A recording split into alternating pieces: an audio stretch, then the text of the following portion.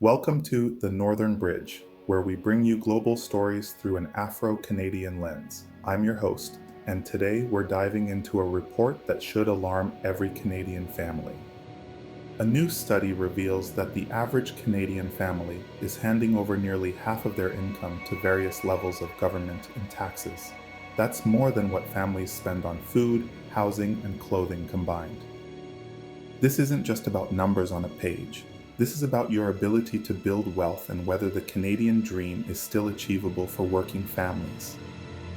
The 2025 edition of the Canadian Consumer Tax Index from the Fraser Institute has delivered some sobering news. A typical family earning $114,289 in 2024 paid a staggering $48,306 in taxes to all levels of government. That's 42.3% of their total income going to taxes, while only 35.5% went to basic necessities like housing, food, and clothing combined. Jake Fuss, Director of Fiscal Studies at the Fraser Institute, confirms what many families already feel. Taxes remain the largest household expense for families in Canada. Your largest expense isn't your mortgage, rent, or groceries, it's the taxes you pay to government.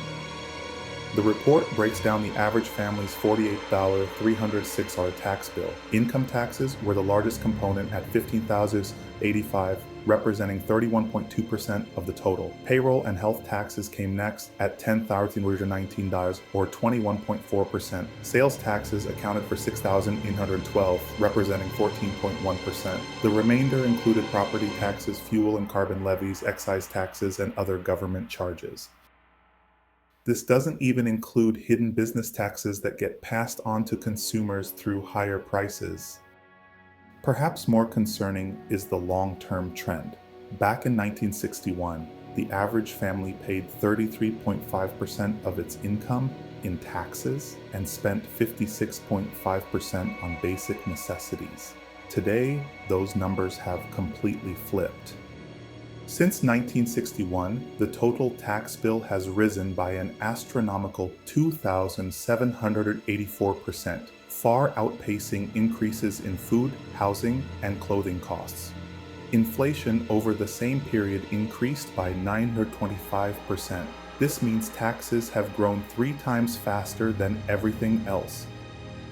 This record-high tax burden coincides with significant growth in government. According to multiple reports, the federal public service has grown substantially, with the Globe and Mail reporting that federal employment hit new highs in 2024. The Fraser Institute reports the federal public service reached 274,219 employees in 2022-23, an increase of 40.4% since 2014-15.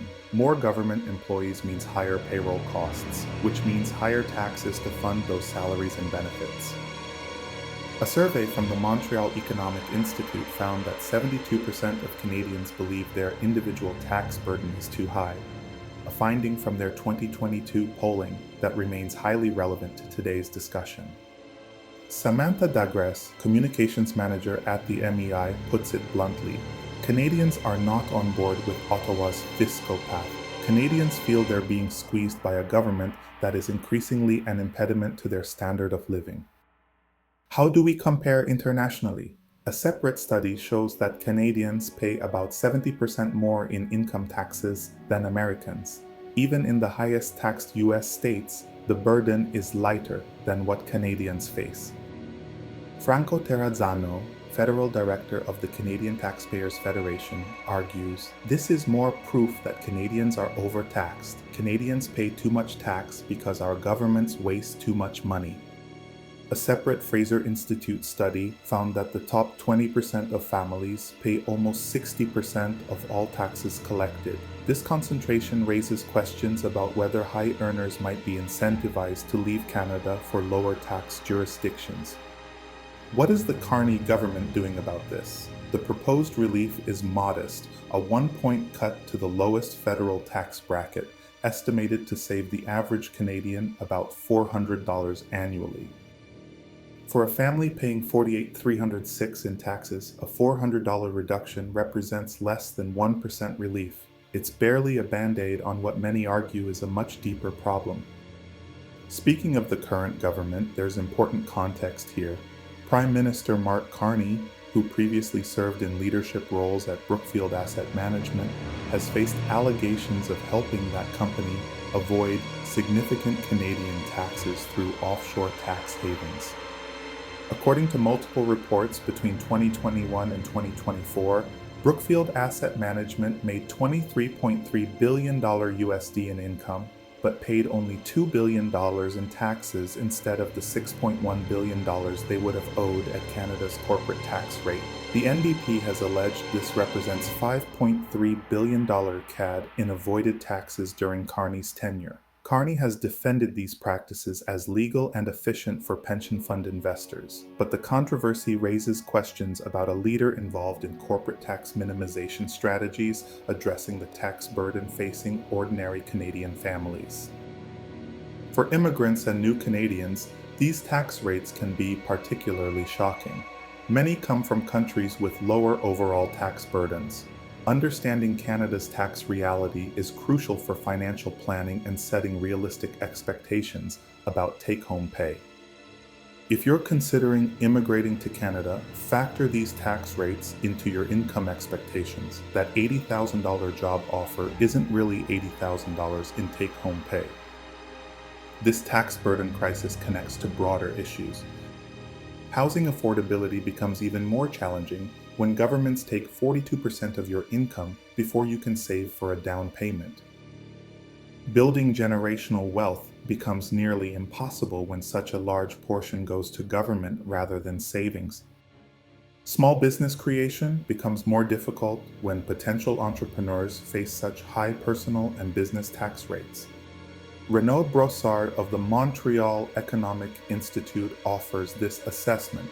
If this new federal government wants to make the Canadian dream into a reality again, it will need to do much more than a 1 percentage point cut to the first tax bracket. Solutions could include comprehensive tax reform, government spending restraint, eliminating inefficient programs, and improving government productivity so services can be delivered at lower cost. Other countries have successfully reduced tax burdens while maintaining essential services. Ireland used lower corporate tax rates to attract investment and grow their economy. Several U.S. states have eliminated state income taxes entirely while still funding necessary services. The Fraser Institute's report reveals a fundamental shift. When taxes become the largest household expense, larger than food, housing, and clothing combined, we need to ask serious questions about priorities and sustainability. The Canadian dream has always been about building a better life through hard work. But when governments take nearly half of what you earn, that dream becomes increasingly difficult to achieve. As Jake Foose noted, while Canadians can decide for themselves whether or not they get good value for their tax dollars, they should understand how much they pay in taxes each year. Now you know, the question is, what are you going to do about it? If you found this analysis eye-opening, please subscribe to our channel and share this video. This affects every Canadian family, regardless of background or political affiliation. Let us know in the comments, do you think you're getting good value for the 42.3% of your income that goes to taxes? What would you do with an extra $400,000, $4,000, or $14,000 per year if tax rates were lower? Thank you for watching. Until next time, this is the Northern Bridge, Global Stories Afro-Canadian Lens.